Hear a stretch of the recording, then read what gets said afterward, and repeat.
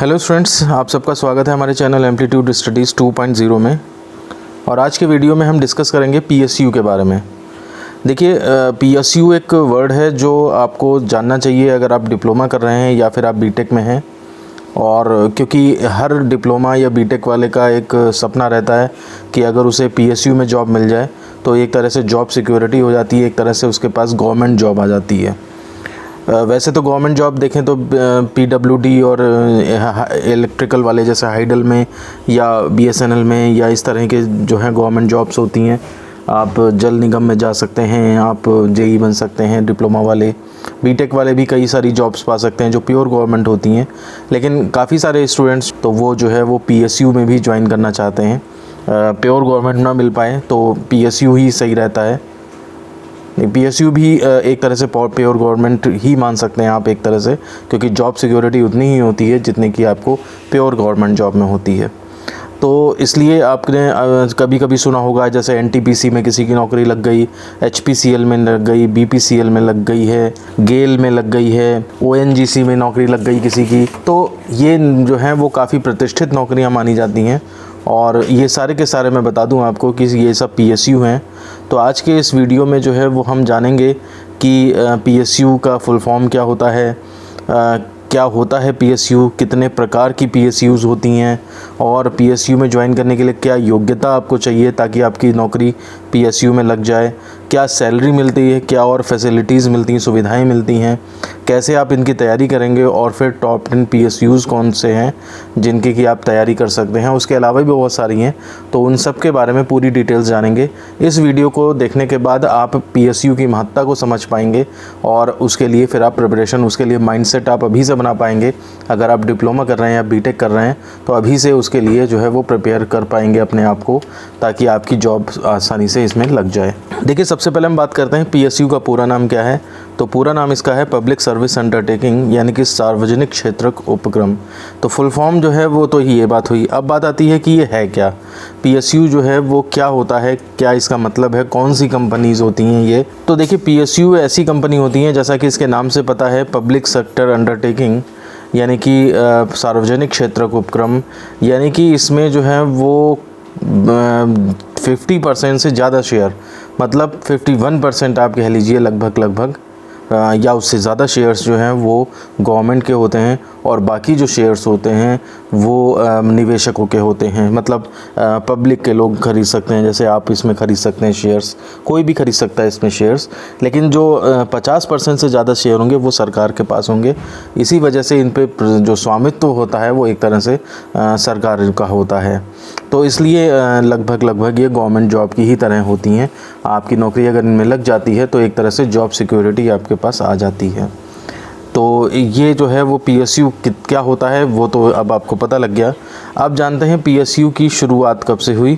तो पीएसयू की जो शुरुआत हुई थी वो 1951 में हुई थी और उस टाइम पे जो है वो केवल 5 पीएसयू ही थी। लेकिन आज की डेट में अब 350 से ज़्यादा पीएसयू हो चुकी हैं और लोग तो केवल कुछ ही पीएसयूज़ को जानते हैं जो टॉप सुनी जाती हैं, लेकिन टोटल मिलाकर 350 से ज़्यादा पीएसयूज़ हैं। इसके बाद देखते हैं पीएसयू जो है कितने प्रकार की होती हैं। तो वैसे तो बहुत प्रकार की होती हैं, लेकिन जो इनका साइज़ है, जो इनके अंदर सैलरी मिलती है, उस हिसाब से देखते हुए इनको 3 कैटेगरीज़ में डिवाइड किया गया है। देखिए, 3 प्रकार की होती हैं। Number 1 Maharatna, number 2 Navratna and number 3 mini Ratna. कभी कभी आपने इसमें सुना होगा जैसे किसी कंपनी के एडवर्टाइजमेंट में या फिर किसी कंपनी के लोगो में नीचे लिखा लग रहता है ए महारत्ना कंपनी या ए नवरत्ना कंपनी। तो एक तरह से वो अपने आप को बताना चाहते हैं कि हाँ भाई, हमारी कंपनी जो है वो इस लेवल की है। महारत्ना सबसे बड़ी अच्छी कंपनी मानी जाती हैं और जो नवरत्ना में कैटेगरी में आती हैं वो उससे मीडियम साइज़ की होती हैं। और तीसरी जो मिनी रत्ना है वो इन तीनों में सबसे जो है वो कम साइज़ की, या इनमें कह लें कि अगर आपकी जॉब लगती है तो आपको इन दोनों के मुकाबले कम सैलरी मिलती है। अब बात आती है महारत्ना में कौन सी कंपनी आती हैं। तो मैंने बताया जैसे कि जिनके साइज़ बड़े होते हैं और सैलरी भी जिनमें ज़्यादा मिलती है, ज़्यादा बड़ा इंफ्रास्ट्रक्चर होता है, जैसे एनटीपीसी हो गई, ओएनजीसी हो गई, सेल हो गई, गेल हो गई, भेल हो गई, बीएचईएल, बीपीसीएल। ये इस तरह की जो कंपनीज़ हैं जिनके नाम आपने प्रॉपरली अच्छी तरह से सुने हैं, तो ये कंपनियां जो हैं वो महारत्ना में आती हैं। इनका इंफ्रास्ट्रक्चर बड़ा होता है और जिसमें अगर आपकी जॉब लगती है तो उसकी में आपकी सैलरी भी जो है वो थोड़ी ज़्यादा होती है दोनों के मुकाबले, बाकी दोनों के मुकाबले। इसके बाद देखते हैं नवरत्ना में कौन सी कंपनीज़ आती हैं। इनमें थोड़ा मीडियम साइज़ की कंपनी आती हैं, जैसे HPCL हो गई, MTNL हो गई, BEL हो गई। ये कंपनियां, इस तरह की जो कंपनियां होती हैं वो आपकी नवरत्ना की कैटेगरी में आती हैं। और सबसे छोटी जो मिनी रत्ना होती हैं इनमें जो है वो आपकी जैसे HCL हो गई, AAI, इस तरह की कंपनीज़ जो हैं वो आपकी इसमें मिनी रत्ना में आती हैं। ये सबसे छोटा इंफ्रास्ट्रक्चर होता है और इसमें अगर आपकी जॉब लगती है तो बाकी दो के मुकाबले आपको कम सैलरी इसके अंदर मिलती है। अब बात आती है PSU में जॉब करने वालों को क्या सुविधाएं मिलती हैं। तो देखिए, सैलरी तो मिलेगी ही मिलेगी, वो तो एक अलग बात हो गई, लेकिन साथ ही साथ आपकी यात्रा कोई होती है, अगर कंपनी की तरफ से कहीं जाना भेजा जाता है तो वो सारा खर्च आपको जो है कंपनी देती है, आपको अपनी तरफ से कुछ भी खर्च नहीं करना पड़ता है। रहने खाने के लिए जो है वो फ्री होटल मिलता है। आप जैसे जाएंगे दूसरे शहर में रुकेंगे तो आपको जो है वो रहना खाना फ्री रहता है। अन्य भत्ते भी मिलते हैं और सबसे बड़ी बात होती है कि इसमें नौकरी खोने का चांस नहीं होता है। लगभग आप इसको गवर्नमेंट की कैटेगरी में मान सकते हैं। तो इसलिए जो भी डिप्लोमा करते हैं या बीटेक करते हैं, डिप्लोमा वालों का तो सपना रहता है कि उनको किसी तरह से जो है वो PSU मिल जाए तो बहुत अच्छा रहे। तो इसलिए कुछ साल एक्सपीरियंस इधर उधर ले करके और वो सब तैयारी करते रहते हैं ताकि किसी PSU में उनकी जॉब लग जाए। अब बात आती है PSU में जॉब पाने के लिए क्या योग्यताएं हैं। तो देखिए, इसमें एंट्री जो है वो अलग अलग जॉब प्रोफाइल के आधार पर अलग अलग होती है। इसमें बीटेक करके भी घुसा जा सकता है और इसमें जो है वो डिप्लोमा करके भी घुसा जा सकता है। लेकिन डिप्लोमा करके अगर आप घुसेंगे तो आपका जो जॉब प्रोफाइल होगा वो थोड़ा लोअर कैटेगरी का होगा, और बीटेक करके अगर आप एंटर करते हैं तो आपका जॉब प्रोफाइल थोड़ा हाई कैटेगरी में होगा। कहने का मतलब है डिप्लोमा वाले जो जॉब पाने वाले बच्चे होंगे वो बीटेक करके जो इसमें एंटर करेंगे उनके अंडर में थोड़ा सा काम करेंगे। तो वो ठीक है, डिप्लोमा है, थोड़ा बीटेक से लेवल कम रहता है तो उस हिसाब से जॉब भी है, लेकिन सैलरीज़ जो हैं वो बहुत अच्छी होती हैं इसके अंदर। अगर आप डिप्लोमा कर रहे हैं तो करके जा रहे हैं तो उस केस में आपको केवल एग्ज़ाम देना है, क्वालिफ़ाई करना है और कोई और क्वालिफ़िकेशन की ज़रूरत नहीं है। लेकिन अगर आप बीटेक के थ्रू इसमें घुसते हैं तो फिर आपको जो है गेट का एग्ज़ाम क्वालिफ़ाई करना पड़ता है, और गेट के स्कोर में कट ऑफ जो भी होगा उससे अगर आपके ज़्यादा नंबर हैं तो उस हिसाब से आपको जो है वो इसके अंदर नौकरी ऑफ़र होती हैं। तो देखिए, यही हम बता रहे थे कि PSU में जॉब पाने के लिए पहली जो डिप्लोमा लेवल जॉब्स हैं, इसके लिए आप डिप्लोमा करके और फिर सीधे तैयारी करके कंपटीशन दे सकते हैं और एंटर कर सकते हैं। और दूसरा तरीका है बीटेक लेवल जॉब्स, जिसमें कि आपको बीटेक करने के साथ साथ गेट का एग्ज़ाम भी क्वालिफाई करना पड़ता है। केवल 1 या 2 ऐसी PSUs हैं जो केवल बीटेक को ले लेती हैं, जिसमें कि केवल बीटेक मांगते हैं, लेकिन अदरवाइज़ बाकी सब में बीटेक के साथ साथ गेट का स्कोर भी मांगा जाता है। तो इसलिए बीटेक करके अगर आप एंट्री करना चाहते हैं तो आपको गेट का एग्ज़ाम ज़रूर क्वालिफ़ाई करना पड़ेगा। देखिए, अब मैं बता देता हूँ आपके टॉप 10 PSUs की अगर एक लिस्ट बनाई जाए तो उसमें कौन कौन से PSU डाले जाएंगे। तो पहला देखिए है ONGC, oil and natural gas corporation, और ये नंबर 1 पे हम इसको रख सकते हैं। दूसरा है IOCL, Indian oil corporation limited, इसको हम नंबर 2 पे रख सकते हैं। तीसरा है BHEL, Bharat heavy electricals limited, इसको हम तीसरे नंबर पे रखते हैं। चौथे पे है NTPC, national thermal power corporation, इसको हम चौथे नंबर पे रखते हैं। 5वें नंबर पे PGCIL, Power Grid Corporation India Limited है। 6वें नंबर पे GAIL, Gas Authority of India Limited है। और नंबर 7 पे है BPCL, Bharat Petroleum Corporation Limited. और नंबर 8 पे हम SBI, State Bank of India को रख सकते हैं। हालांकि इस SBI में डिप्लोमा और इनसे के बीटेक से कोई ख़ास मतलब नहीं है, इसमें एंट्री कहीं से भी हो सकती है। और 9वें नंबर पे EIL, इंजीनियर्स इंडिया लिमिटेड, इसको रख सकते हैं। 10वें पे SAIL, Steel Authority of India Limited, इसको हम रख सकते हैं। तो हालांकि इस लिस्ट में कुछ नाम रिप्लेस हो सकते हैं औरों से भी, लेकिन ये एक क्राइटेरिया है, एक मतलब मोटी मोटी लिस्ट है कि हाँ, इनको हम टॉप 10 PSUs के अंदर में मान सकते हैं। अब बात आती है, देखिए PSU में सैलरी कितनी मिलती है। तो डिपेंड करता है कि आपकी किस प्रकार के PSU में जॉब है, नवरत्ना, मिनी रत्ना या फिर महारत्ना, उस हिसाब से। और फिर आपका जॉब प्रोफाइल क्या है, आप डिप्लोमा करके आए हैं या फिर आप बीटेक और गेट करके आए हैं, फिर आपको कितना एक्सपीरियंस हो गया है वहाँ पर, उस हिसाब से अगर हम देखें तो देखिए महारत्ना में 80,000 से लेकर के 2 लाख तक की सैलरी हो सकती है। मान के चलिए कि 80,000 रुपये से स्टार्टिंग हो करके मैक्सिमम 2 लाख तक जा सकती है आपकी। अगर नवरत्ना की बात करें, जो कि महारत्ना से थोड़ी छोटी होती हैं, इनमें 40,000 से लेकर 1.5 लाख तक की सैलरी मिल सकती है आपको पर मंथ।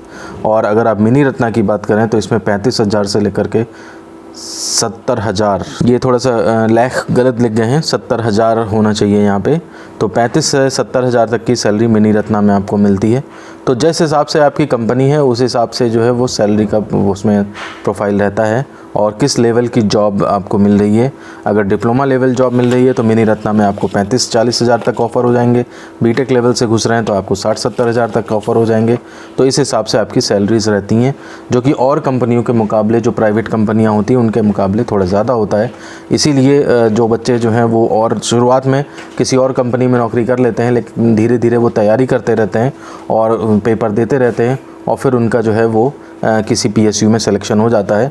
तो एक तरह से ये उनके लिए स्थायित्व हो जाता है। जैसे आदमी तैयारी करता है गवर्नमेंट जॉब्स के लिए, ऐसे ही समझ लीजिए वो स्टेज आती है, इसमें एक बार घुस गए आप तो फिर आप अपनी पूरी ज़िंदगी सैलरी इसी में, पूरी ज़िंदगी नौकरी इसी में कर सकते हैं। अब बात आती है PSU में जॉब पाने के लिए तैयारी कैसे करें। तो तैयारी करने के लिए देखिए कई तरीके हैं। एक तो ऑफ़लाइन है, आप किसी कोचिंग में एडमिशन ले लीजिए।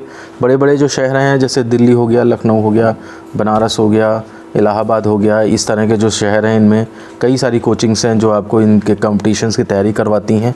तो आप कोचिंग में एडमिशन ले लीजिए और वहाँ से तैयारी करते रहें, या फिर आप ऑनलाइन मोड में भी तैयारी कर सकते हैं। कई कोचिंग्स ऐसी हैं जो आपको ऑनलाइन मोड में तैयारी करती हैं। अगर आप जानना चाहते हैं तो डिटेलिंग, तो मैं उसके लिए भी एक सेपरेट वीडियो बना दूंगा।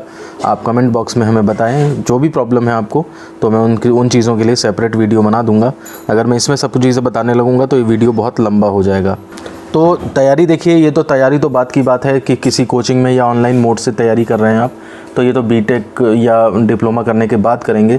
लेकिन मैं जो सबसे पहली बड़ी चीज़ बताना चाहता हूँ, सबसे जो बारीक चीज़ जिसके बारे में कोई ध्यान नहीं देता है, जैसे ही आपने डिप्लोमा या बीटेक लेवल में एडमिशन लिया है, आप उसकी तैयारी जो है वो हर चीज़, हर सब्जेक्ट की तैयारी जो है वो ढंग से करते रहें।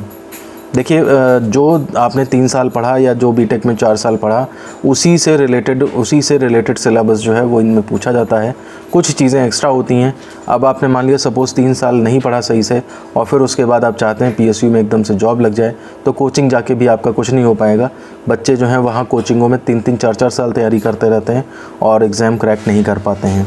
तो इसलिए सबसे पहले लेवल पे जो अभी आप कर सकते हैं वो ये कर सकते हैं कि जो आप अपने सब्जेक्ट्स हैं, जैसे मैथ्स हो गया, फिज़िक्स हो गया, केमिस्ट्री हो गया, और आपके जो टेक्निकल सब्जेक्ट्स हैं, जो भी जिस ब्रांच में बच्चे हैं, जो अपने टेक्निकल सब्जेक्ट्स हैं और जो नॉन टेक्निकल सब्जेक्ट्स हैं, इनको ढंग से तैयार करते रहें। अगर आप ये ढंग से तैयार कर लेंगे तो उसके बाद हल्का सा ऑनलाइन कोचिंग या ऑफ़लाइन कोचिंग 1 साल ही करके और आप अच्छे PSU में जॉब पा जाएंगे। तो वो तो बात की बात है कि कोचिंग करके हम एग्ज़ाम क्रैक करेंगे, लेकिन अभी शुरुआत में आप कोचिंग के लिए भी प्रिपरेशन कर सकते हैं कि कोचिंग 1 साल की कोचिंग से ही आपका काम बन जाए, या हो सकता है बिना कोचिंग के ही काम बन जाए आपका। तो देखिए सिलेबस वही है और उसमें थोड़ा बहुत फेरबदल होता है। वो आप किसी भी बुक को ले लें, अभी से ले लें उस बुक को और तैयारी करना अभी से शुरू कर दें कि किस किस लेवल पे कौन कौन सी चीज़ें आती हैं, कौन कौन से चैप्टर्स आते हैं। उन चैप्टर्स को अगर अभी से सही से तैयारी करते रहें तो आपका आगे चल के निश्चित ही जल्दी से सिलेक्शन हो जाएगा इसमें, और जल्दी ही आप जॉब मतलब आपको मिल जाएगी अच्छी। तो इस वीडियो को बनाने का मेरा यही उद्देश्य था कि आप लोग जो है PSUs को पहचानें और ये देखें कि आप जो पढ़ रहे हैं, जिस चीज़ के लिए पढ़ रहे हैं, जिस जॉब के लिए पढ़ रहे हैं, वो उसमें कैसे जॉब मिलेगी, क्या चीज़ मिलेगी। क्योंकि अब आप बड़े हो चुके हैं, भविष्य भी की बातें भी आपको इसे अभी से ही सोचनी है, तभी जा कर के आप जो है वो आगे कुछ कर पाएंगे। अब होता यह है, बच्चे 3 साल तो हैं वो इधर उधर मस्ती करते हुए निकाल देते हैं, और उसके बाद जब एकदम से सामना होता है उनके जीवन की कठिनाइयों से, तो फिर उसमें संभलने में उनको 2-3 साल और लग जाते हैं। तो इसलिए बेटर है कि आप अभी से अपने सीनियर्स को देखें जो पढ़ाई करने के बाद गए हैं इधर उधर, कहाँ कैसे क्या जॉब कर रहे हैं, उनके कांटेक्ट में आएँ। कोचिंग कर रहे हैं वो लोग, तो उनके कांटेक्ट में आए, पूछें कि कौन कौन सी चीज़ें ऐसी हैं जिनको कि आप अभी तैयार कर सकते हैं, और उन टॉपिक्स को आप अभी से ही सही से करना स्टार्ट करें।